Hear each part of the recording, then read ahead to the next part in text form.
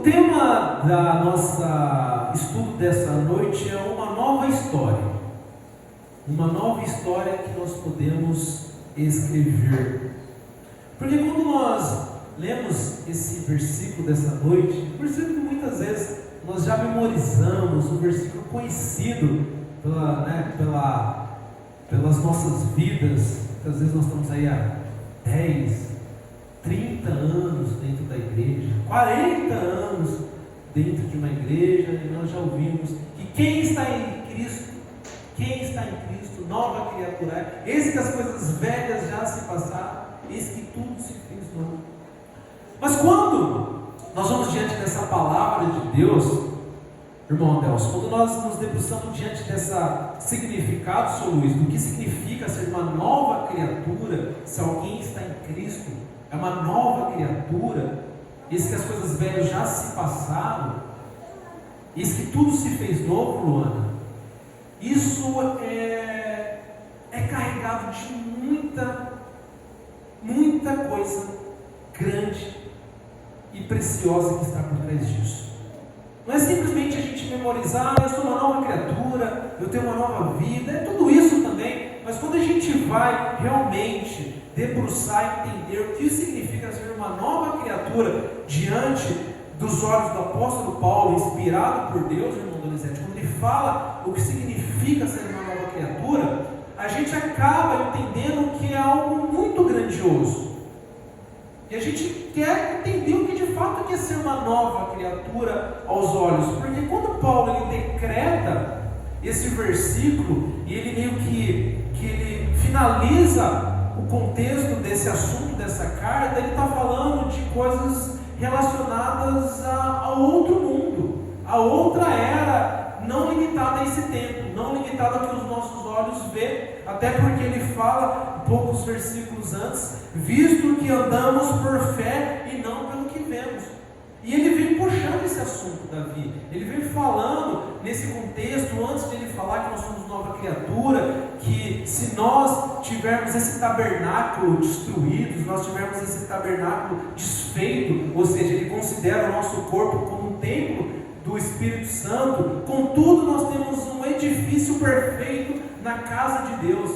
E ele vem discorrendo esse assunto, porque nós aspiramos coisas eternas, nós aspiramos coisas que nós teremos depois, pois nós seremos revestidos de um novo corpo. E ele vem falando de coisas além desse mundo. Ele vai encorajando nesse contexto dessa carta, irmão Sassá, que os irmãos de Coríntios, para ser uma nova criatura, antes, o que vai fazer isso acontecer é a visão dessa pessoa acerca de como ele enxerga Jesus, de como ele vê a Deus.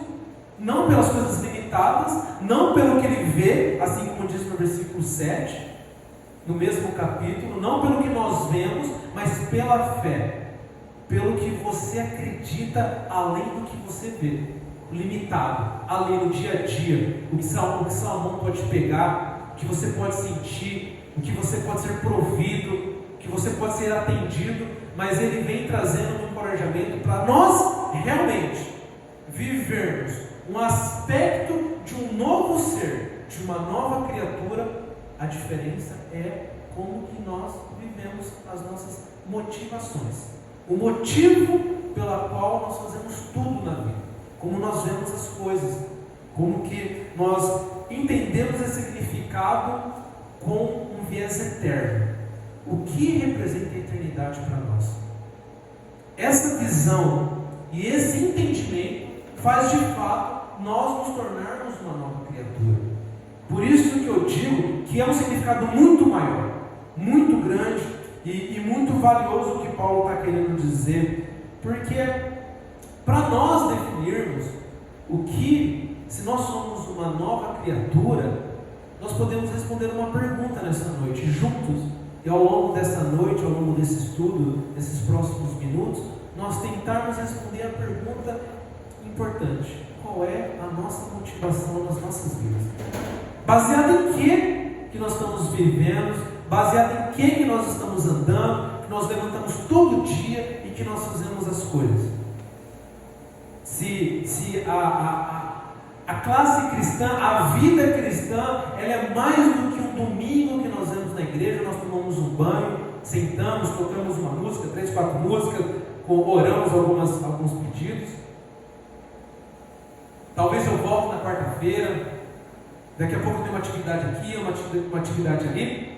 Mas o que o apóstolo Paulo está falando, realmente, de uma nova criatura, é qual a motivação que nós fazemos tudo na vida.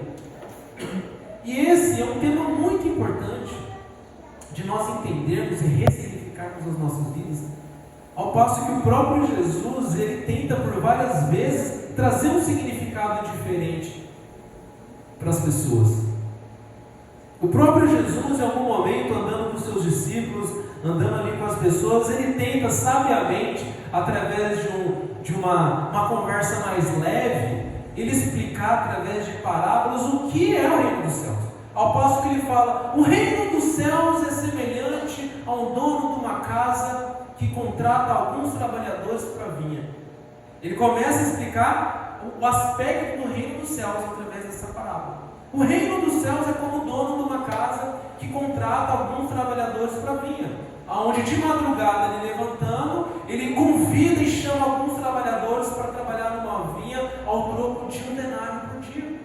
E esses trabalhadores, com preço justo de um denário, começam a trabalhar o dia todo naquela vinha. E a Bíblia vai narrando na parábola que Jesus vai explicando que na hora terça ele chama mais alguns trabalhadores, na hora nona ele chama mais alguns trabalhadores, e conforme vai passando o dia, até que chega no finalzinho do dia, quase o sol se pondo, a Bíblia narra nessa parábola, que está no livro de Mateus, capítulo 20, ele narra que ele chamou alguns trabalhadores desocupados, e ele faz a pergunta, por que vocês não estão trabalhando na vinha? E eles respondem, porque ninguém nos contratou.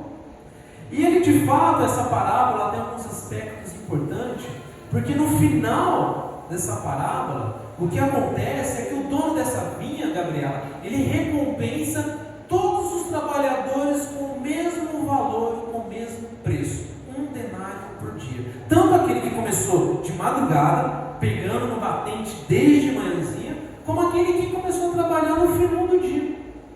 Só que isso causa um problema, meu irmão. No meio da parábola, Jesus diz que aqueles trabalhadores que trabalharam ao longo do dia todo, eles acharam injusto com o dono da vinha. Ao passo que ele fala, por que você paga a mesma coisa para esses desocupados que começaram a trabalhar no final do dia, ao passo que nós estamos aqui o dia todo, na fadiga do nosso trabalho, trabalhando o dia todo, e nós ganhamos a mesma coisa. E Jesus, ele finaliza essa parábola dizendo que os últimos, ao caso o reino dos céus não é meu? Acaso essa casa, essa vinha não é minha e eu não posso fazer dela o que eu bem quiser? É o que Jesus responde, e ele decreta, ele finaliza dizendo que os últimos serão os primeiros. O que Jesus está querendo dizer nessa parábola é alguns aspectos importantes de como nós vemos o reino dos céus. Que o primeiro passo importante, irmão Sassá, é nós já entendemos, não importa o tanto que eu trabalho, o que eu faço, ou o que vai acontecer, ou o que o outro faça, ou o que possa acontecer ou deixar de acontecer na minha vida cristã, mas é importante nós entendermos que nós já recebemos tudo de Deus. Tudo. Deus, ele já deu tudo para nós. Não tem como nós ganharmos mais nada em troca, referente ao que Deus já nos deu. Quando Deus nos inclinou-se a gente, quando Deus nos contratou, quando Deus nos dá a oportunidade de nós trabalharmos na vinha dele, o que nós recebemos em troca é tudo. Nada além de tudo. A vida eterna. É o que nós temos quando nós recebemos. E quando nós temos essa noção, essa ciência, que nós ganhamos tudo de Deus, não importa mais o que acontece. Não importa mais o que venha a ganhar ou o que venha a faltar. Não importa mais o que venha a acontecer. Por isso o próprio apóstolo Paulo, ele diz, o viver para mim agora é lucro. O O que eu ganhar a mais aqui ou ali é para a glória de Deus, quer comeis, quer bebeis, fazer tudo para a glória de Deus. Essa visão que Jesus quer nos trazer, porque o que acontece, ou melhor, São Luís, o que pode acontecer dentro de quem já está trabalhando na vinha, dentro dos trabalhadores da vinha, é esse espírito dessa falta de visão, de entender que a gente não ganhou tudo. E quando nós não temos essa visão, que nós temos tudo possível e impossível que nós poderíamos ter na nossa vida, e Deus já nos deu, nós nos inclinamos a olhar para o que está faltando. E nós inclinamos a olhar as coisas como tudo injusto. Mas eu estou aqui na fadiga do trabalho o dia todo, quando esses desocupados acabaram de chegar e vão ganhar a mesma coisa que eu ganho. Isso acontece, irmão Sassá, pelo fato de nós não enxergarmos o tudo que nós já ganhamos de Deus. Nós começamos a olhar as injustiças, o que as pessoas têm ou deixam de ter, o que eu tenho ou eu deixo de ter nesse mundo. As limitações, as escassezes, os problemas, e eu começo a querer acreditar que eu sou capaz de produzir algo de benefício para mim, para a minha vida. Nós começamos a acreditar que nós somos capazes de gerar algo benéfico para nós, e não Deus. Não Deus nos dá tudo, não Deus nos devolve tudo, e não Deus nos provê tudo. Por isso que muitas vezes nós nos apegamos, muitas vezes dentro da classe cristã, dentro das nossas famílias, nós nos pegamos com palavreados parecidos com esses irmãos da minha. Eu construí essa casa, é eu que fiz tudo, é eu que comprei isso, é eu que fiz tudo. Essa mulher não me dá o respeito, é eu que fiz isso, é eu que fiz aquilo, é eu que ajudei a construir essa igreja, é eu que construí esse ministério, foi meu pai, foi meu tio. A gente começa a se cair nessas tentações de acreditar que a gente tem capacidade de fazer algo para Deus. Estou na fadiga do dia, o dia todo, o Senhor quer dar para Ele a mesma coisa, para mim, pelo simples fato de eu acreditar que eu tenho uma capacidade de fazer algo, sendo que é Deus que nos dá a saúde, é Deus que nos dá tudo. E por isso, no meio disso, nós temos alguns trabalhadores desocupados por aí. Por isso, na nossa cidade, por isso nas nossas famílias, por isso na nossa sociedade garcense, no seu bairro, assim como nos trabalhadores da vinha de Mateus 20, que havia alguns trabalhadores desocupados, assim como diz. E Jesus pergunta: por que vocês não foram para a vinha? Eles falam: porque ninguém nos contratou ainda. Por isso nós devemos nos atentar com esse tipo de cenário de quais pessoas desocupadas, muitas vezes nós dentro da vinha, nós ainda não estamos contratando e impactando através das nossas vidas. Quais pessoas ainda que não foram para a vinha, que não enxergaram, não receberam tudo de Deus, não viram a possibilidade da vida eterna ao lado de Deus, ainda estão como desocupados no mundo, desocupados no seu bairro, desocupados na sua família. E muitas vezes nós, por não termos uma visão eterna, e nós ainda estamos nos apegados no que eu posso receber dentro da igreja, o que a igreja pode me dar, o que meu esposo pode me dar, o que minha esposa pode me dar, nós ainda não estamos impactando a vida de pessoas desocupadas. Nós não conseguimos impactar a vida da nossa esposa, que está desocupada na vida. Nós não conseguimos impactar a vida do esposo, que está desocupado na vida, muitas vezes porque nós estamos com uma visão limitada do que eu estou fazendo, do que eu faço por ele, do que eu faço por ela, do que eu faço por essa igreja, e eu não ganho nada. Eu não tenho nada, o outro tem tudo, eu não consigo, o outro só reclama, o outro só faz, eu não presto, eu não sei o que. A gente está olhando para nós e a gente não consegue impactar a vida de pessoas. Por isso, esse é um grande problema, esse é um grande desafio nosso. Por isso o tema dessa pregação, irmã Fátima, é uma nova história. Nós construirmos nesse ano de 2025 uma nova história para as nossas vidas. O início de um ano é muito bom para a gente fazer vários planos, planejamento, E qual planejamento eu posso fazer para esse ano? Talvez um bom planejamento é como eu realmente vou esvaziar um pouco mais de mim, entregar mais para Deus e impactar mais na vida das pessoas. Talvez um bom planejamento é como eu vou olhar mais para Deus, como eu vou me aproximar mais de Deus, como realmente eu vou entender o quanto que Deus já me deu de tudo e eu realmente, baseado nessa motivação, vou construir as minhas expectativas.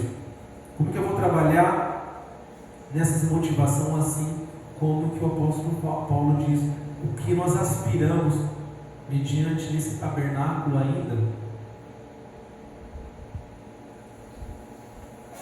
baseado no que eu vou receber.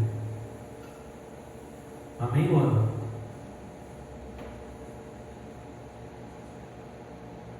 É baseado nisso.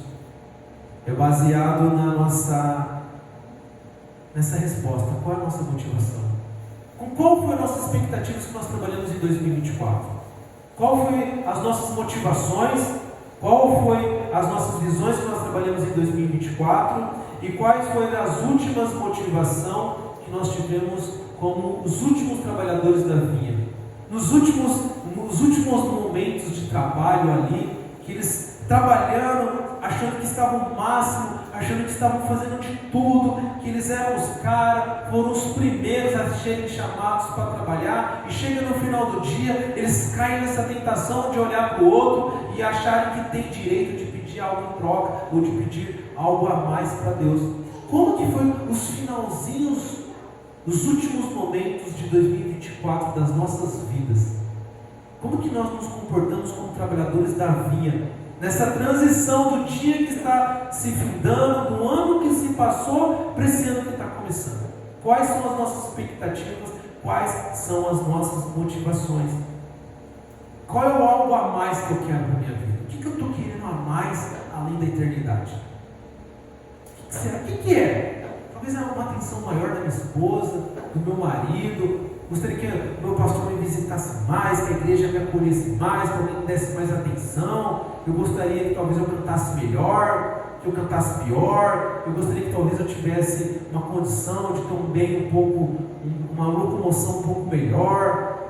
Talvez eu tivesse uma casa um pouco melhor para receber as pessoas em casa. Eu não sei. O que é algo a mais você pensa que não está sendo o máximo na sua vida? O que não está preenchendo a nossa vida? Talvez um irmão mais novo, não sei, um pastor mais letrado, um mestre eloquente, uma igreja com ar-condicionado, não sei, que talvez algo a mais que a gente se perde discutindo às vezes dentro da igreja. Qual algo a mais que nós queremos além da eternidade? Fala, pensa. Talvez cantar um pouco melhor, né? Talvez você queira cantar um pouco melhor, para você ficar bem, você chegar aqui, estou feliz, que legal essa igreja, eu canto bem. Talvez é isso que você quer. Aí você vai ficar bem. Esse é algo a mais. Talvez é isso que esteja voltando na sua vida. Por isso que a pergunta é: vamos fazer uma nova história? Vamos fazer uma nova história baseada no que nós já temos tudo?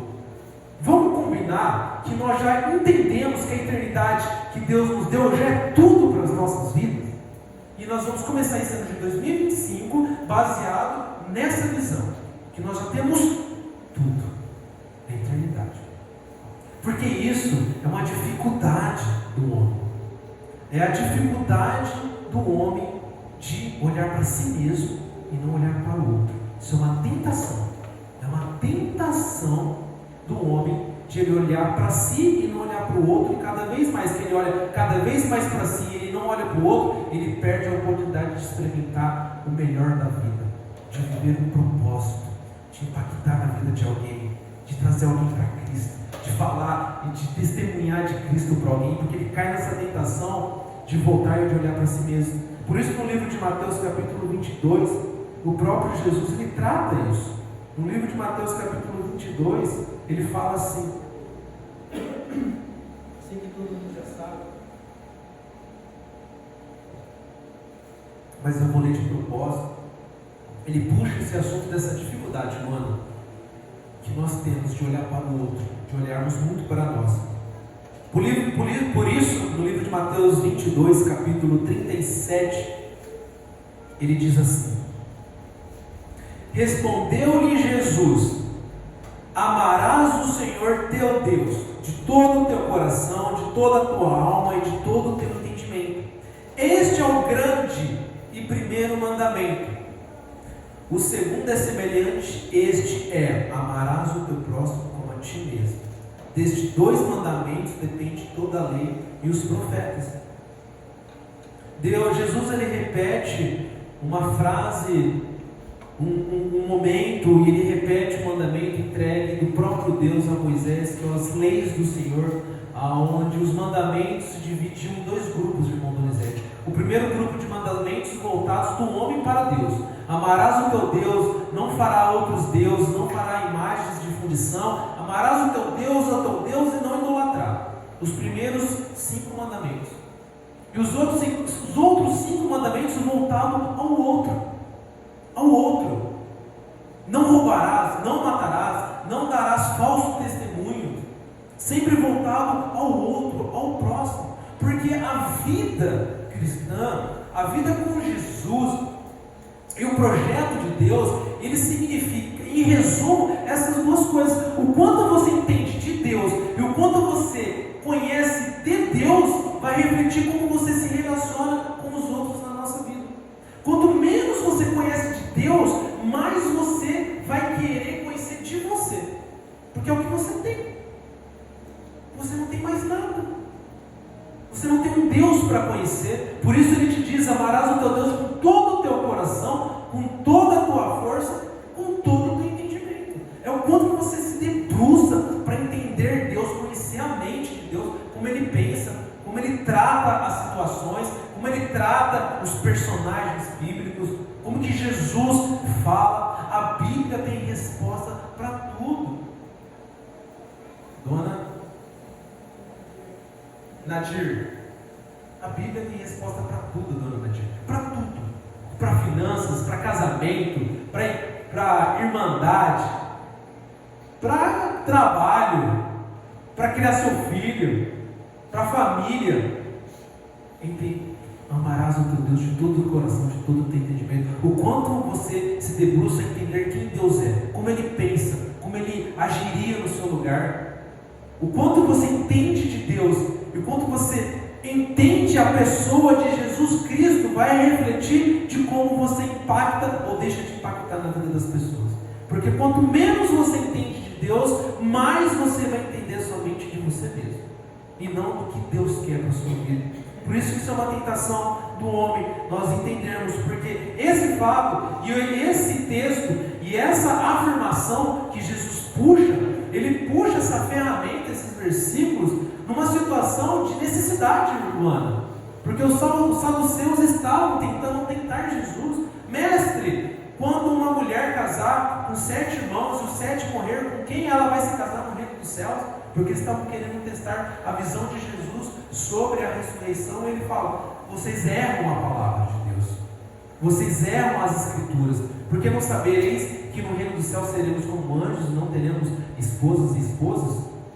Por isso ele fala: amarás o teu Deus e o teu irmão. Porque quando nós erramos as escrituras, quando nós não conhecemos as escrituras, nós não conseguimos resumir a nossa vida nisso, em amar a Deus sobre tudo, entender quem Ele é, para nós realmente entendermos como nós devemos viver. Quando nós sabemos, quando nós temos como viver, nós naturalmente impactamos na vida de pessoas. Muitas vezes nós não impactamos a igreja garcense, a classe cristã garcense, a classe cristã brasileira, não impacta na sociedade porque não ama o seu Deus com toda a tua força, com todo o teu entendimento. Nós estamos como os trabalhadores da vinha.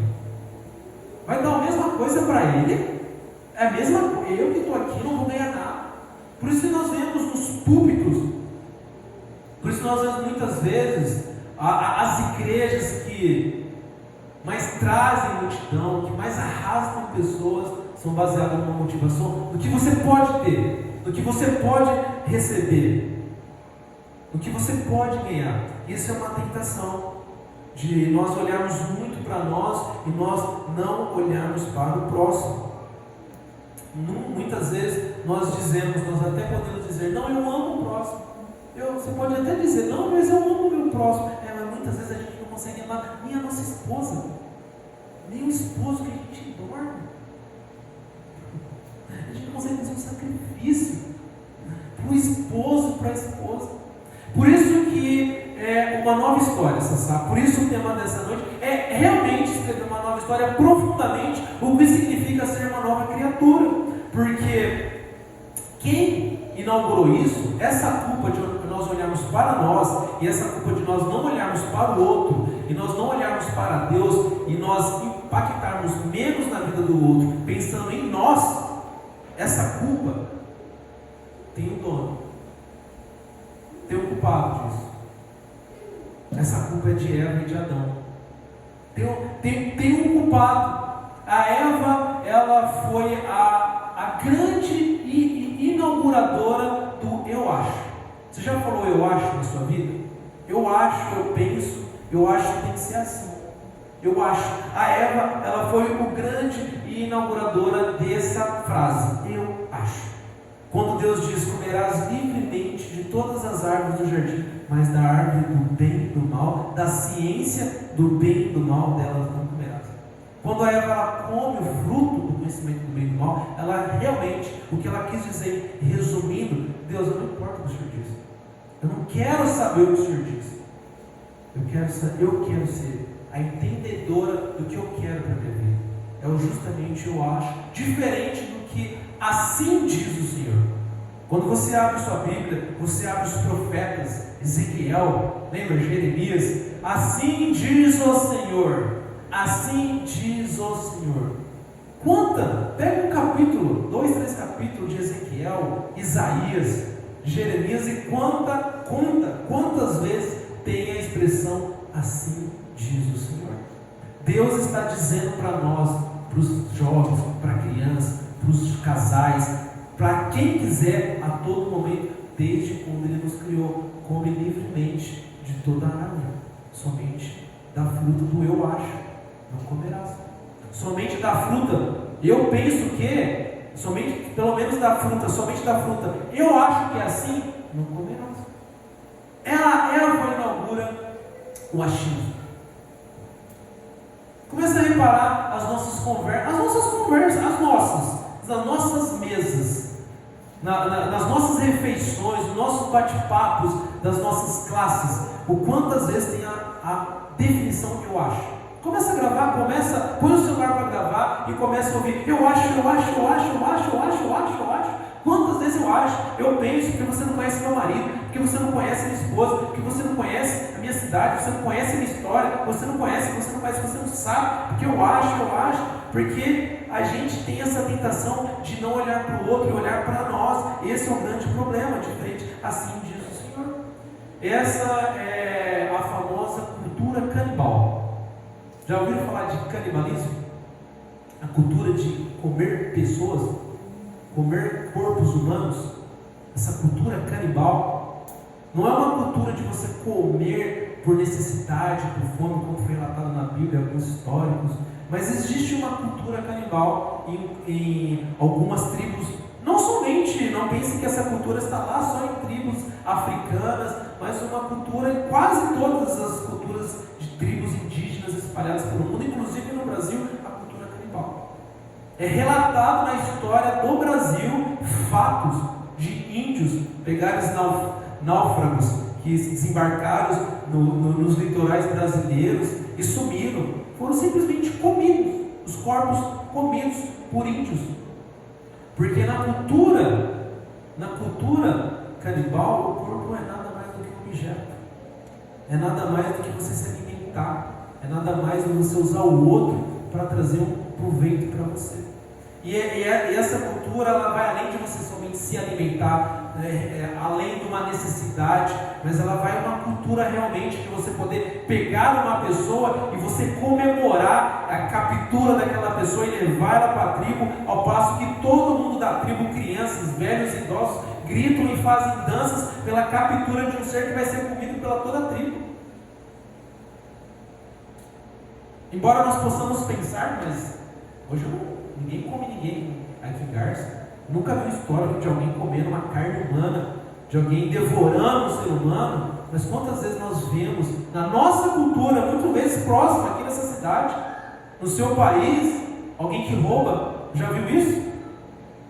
Já viu um roubo já na sua cidade? Já viu alguém que mata, um assassinato? Já viu uma carga sendo saqueada? Já presenciou isso na internet?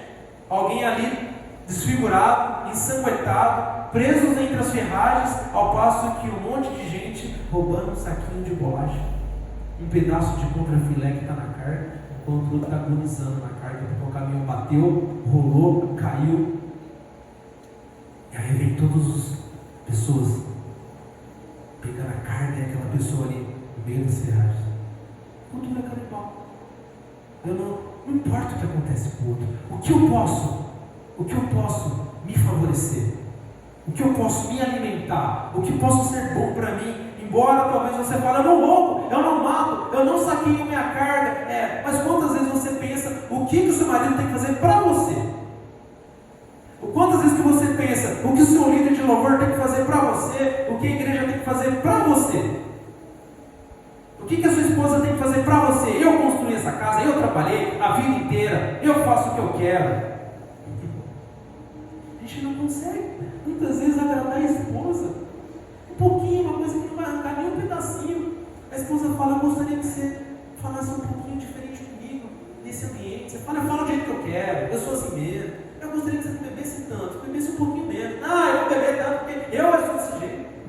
Não bebe 5, bebe 2. Eu vou beber 5. Eu vou ofender. Você não percebe quanto que você muda, você não percebe quanto que você ofende as pessoas, porque você pensa em você. A sua esposa, vá um pouquinho comigo no cinto, vá um pouquinho, dá uma volta comigo ali no lado, eu não vou, não estou afim. Eu construí tudo isso, eu fiz tudo isso. É sempre você. Quantas vezes você nem agradece o seu marido pela sacolinha de compra que ele traz no final da tarde e põe lá em cima da mesa? E você abre e fala, não trouxe isso aqui? Não trouxe o requeijão, a manteiga lá, da aviação? Na casa da Clarice não acontece, porque da Clarice tem do bom e do melhor. Só geleia de damasco e essas coisas aí. Mas quantas vezes a gente não consegue olhar para o próximo, agradecer? Obrigado. Cultura canibal. A gente não está nem aí para o próximo. A gente não está disposto a impactar os desocupados. A gente não está disposto a já olhar que nós já ganhamos tudo. Ao passo que nós falamos, cadê o que eu quero? Cadê o para mim? Cadê esse líder de louvor que não faz isso para mim? Cadê essa igreja que não faz isso para mim? Cadê esse pastor que não faz isso para mim? Essa mulher que não faz isso para mim? Nós sempre pensamos para nós. Muitas vezes nós não devoramos corpos humanos, mas muitas vezes nós estamos dentro dessa natureza da classe cristã. E essa classe cristã que pensa somente nela, ela está direto no alvo de Deus. Ela está direto na direção de Deus, assim como diz no livro de Ezequiel, capítulo 9, 7. É um verso simples, está repleta de mensagens como essa. No livro de Ezequiel 9, 7, ele diz: então começaram pelos anciões que estavam diante de casa, e ele lhes disse: contaminai a casa, enchei de mortos os atos, e saíram e mataram na cidade. Então começaram pelos anciões, Deus requerendo através de Ezequiel as mortes dos israelitas, pessoas idólatras, pessoas que estavam pensando somente nela, pessoas que não estavam mais aí para Deus. Deus começa pela liderança, mata primeiro os anciões. Ezequiel profetiza que os anciões serão os primeiros a morrer no átrio do tabernáculo. Muitas vezes dentro das nossas classes cristãs de 2024, o que mais nós ouvimos é: uma nova história Deus tem para você. Nesse ano de 2025, Deus tem o melhor para a sua vida.